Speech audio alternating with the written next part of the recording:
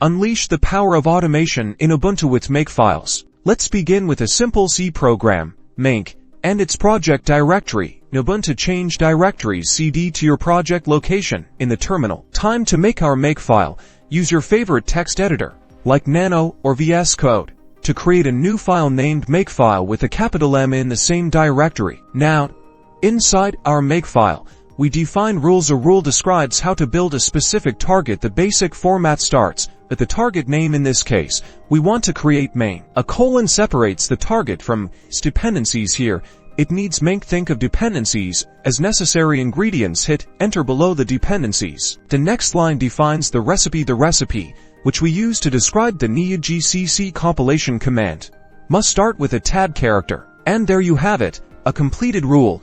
For more complex projects, you can have more targets. Save the edited Makefile file, ensuring the content is correct, and close the editor. Now for the magic, simply type make in your terminal and hit enter. Make reads the Makefile and executes the rules necessary. The program is compiled. Run your newly created program using main in the terminal. Using Makefiles for automating the compilation process is simple.